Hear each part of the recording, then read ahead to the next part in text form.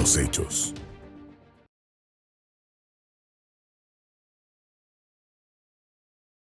Las mujeres en una situación de desventaja, las vemos que se han fortalecido y las excluyen aún más.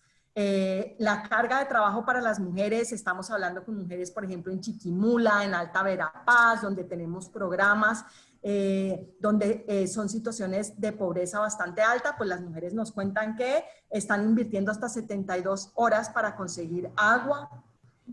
Están teniendo muchísimos problemas también de violencia, porque claro, en una situación de estrés, lo que sucede es que hay mucha más violencia y no necesariamente se sienten protegidas.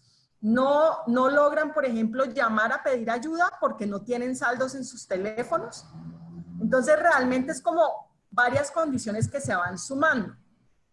Y lo que vemos es que se ha incrementado, por supuesto, y se va a incrementar el rol de las mujeres al interior del hogar, que ya antes era una situación compleja y que por eso la mayoría de las mujeres no estaban en la fuerza laboral, y esto ahora se va a incrementar. Lograr que las mujeres pudieran salir, por ejemplo, hacer sus nuevos emprendimientos, aplicar a créditos, había costado muchísimo porque se les requiere un cambio cultural. Y ahora, al volver a regresar a sus casas, pues vamos a ver un retroceso en esos logros tan importantes.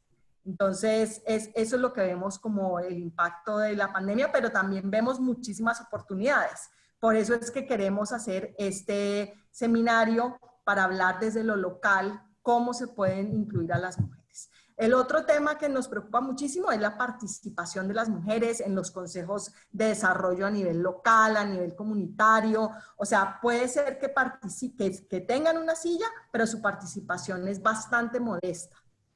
No necesariamente tienen conocimiento de cómo acceder a los recursos locales. Entonces, lo que necesitamos es como hacer un plan que sí ponga a las mujeres al centro y no pensar que porque va a haber un plan a nivel local, ya las mujeres van a estar incluidas, sino más bien hacer las cosas proactivamente para que ellas sí participen. Lo vemos desde los más altos niveles del gobierno, donde tenemos muy pocas ministras, tenemos muy pocas mujeres en puestos de toma de decisión en todos los niveles, en todas las instituciones. Tenemos solo 10 alcaldesas de 340 municipios y tenemos solo 31 diputadas. Entonces, eso ya nos muestra cómo han estado de ausentes las mujeres, y lo que queremos es construir mejor, reconstruir mejor con una puerta de entrada que nos abre la pandemia para poner a las mujeres al centro. Si se podría hacer algo como prioridad ahorita de forma como inmediata, alguna recomendación que debería de ser lo más rápido posible que haga el gobierno para ayudar a mujeres en desventaja. Sí, pues lo más importante es que todos los programas, políticas que lance el gobierno tengan un apartado específico para atender a las mujeres.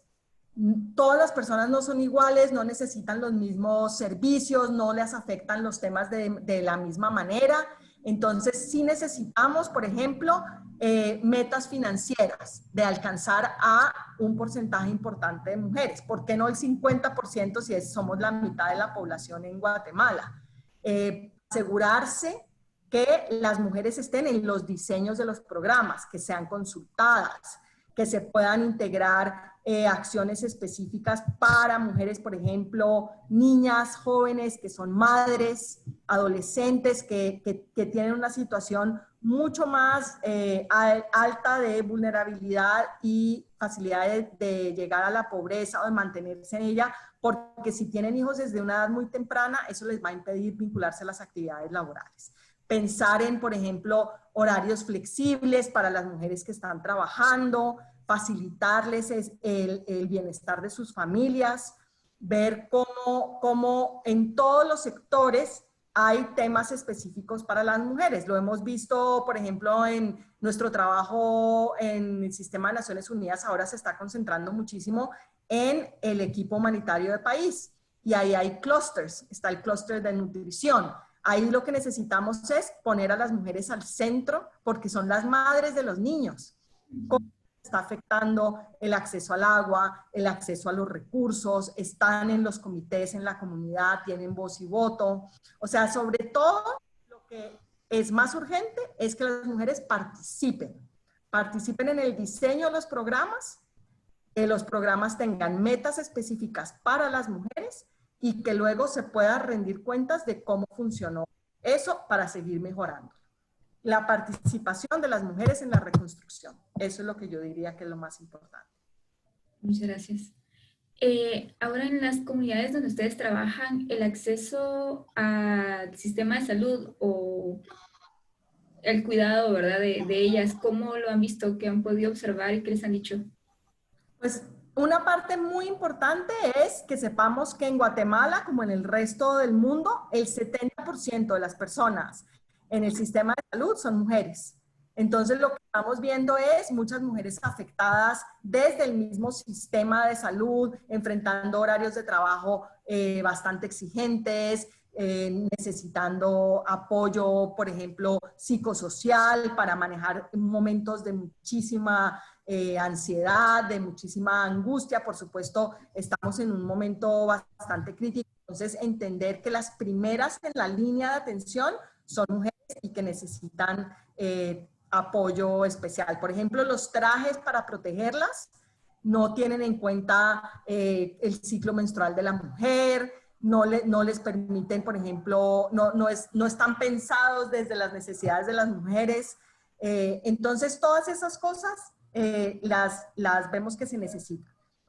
Sabemos que el sistema de salud pues está actuando de la mejor manera, y lo que vemos es que precisamente por ese rol que tienen las mujeres en lo doméstico, digamos que en este momento no se están contagiando tanto como los hombres, pero sí están sufriendo de otros temas importantes como son la violencia en sus hogares, como son la falta de acceso a oportunidades de trabajo. A nosotras, digamos que nos llaman muchísimas personas a pedir apoyo, sobre todo porque empiezan a ver que ellas son las que van a tener que quedarse en el hogar, y entonces piden apoyo para sus esposos, para sus tíos, para sus padres, porque están viendo que su situación va a ser una situación donde ellas se tienen que quedar en el hogar apoyando, y eso es algo que no necesariamente va a apoyar que todas las personas se beneficien de los programas sociales, que todas las personas participen en la reconstrucción. Más bien nos deja cada vez como con la mitad de la población excluida. Claro. Ya, bueno, que ahorita que menciona exclusión, también se ha hablado bastante en comunidad internacional sobre el riesgo de que muchas niñas ya no van a estar en el sistema educativo. Es otra preocupación. No se puede comentar sobre eso. ¿Cuál es la opinión de Sí, por supuesto. O sea, sabemos y hemos estado en conversaciones con la ministra de Educación, que está haciendo todo lo posible para incrementar la matrícula, para que las niñas permanezcan. Ahí lo que vemos, por ejemplo, es que un incentivo muy importante para estar en las escuelas es el tema de la alimentación escolar. Entonces, si eso es algo que va a permitir que estén más niños en el sistema educativo, es algo importante, y lo que tenemos que ver es cómo esas niñas, empezar a ver cómo esas niñas, sobre todo las jóvenes, las adolescentes, que son las que casi siempre terminan asignadas al rol del cuidado de sus hermanitos o de personas mayores o de personas enfermas, sí sigan con la matrícula. Hay que seguir promoviendo las formas, pero necesitamos ver cómo darles acceso. O sea, con lo que tenemos, ya las niñas están excluidas, entonces tenemos que hacer más.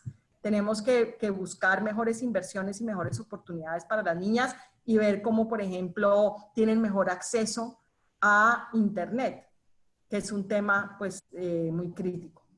Y es un tema también de conversar con las familias de que ese derecho a la educación es para los niños y para las niñas, que es también un tema en el que hay que trabajar sobre las normas sociales. Claro, mencionaba sobre leyes que no existen en Guatemala, algunas que yo sé que ustedes también han impulsado bastante, pero algunas que pues en el corto plazo sería mejor si ya las tuviéramos, ¿verdad? Claro que sí. O sea, una ley muy importante es la ley DEM, que es una ley para el empoderamiento económico de las mujeres, que está preparada desde las organizaciones de mujeres de base, desde las mujeres rurales, desde las mujeres indígenas. Es una ley que está siendo, digamos, propuesta ahora en el Congreso y que se debería impulsar como una acción afirmativa. Es una ley que identifica precisamente los obstáculos para acceder a crédito, para acceder a propiedad de las mujeres y promueve fondos especiales. Es que cuando tenemos brechas tan grandes como las que tenemos en Guatemala, necesitamos hacer acciones afirmativas que ayuden a nivelar la posición de las mujeres en la comunidad y en el país. Está la ley DEM, que es una ley muy importante. Está también el tema del acoso.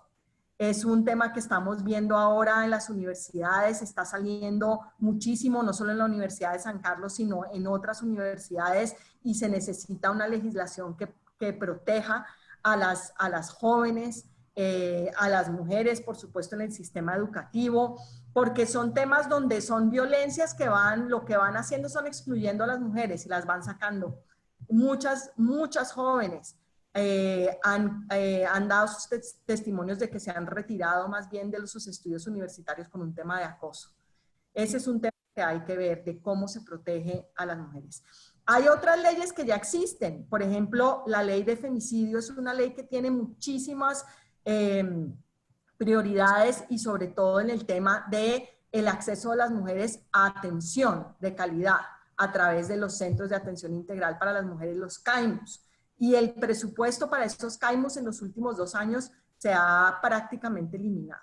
Entonces, en este momento esas organizaciones están sobreviviendo con muy pocos recursos y ya tenemos las leyes, lo que necesitamos es implementarlas y casi como empezar a darle seguimiento a todas las cosas que se necesitan. El periódico, ante todo, los hechos.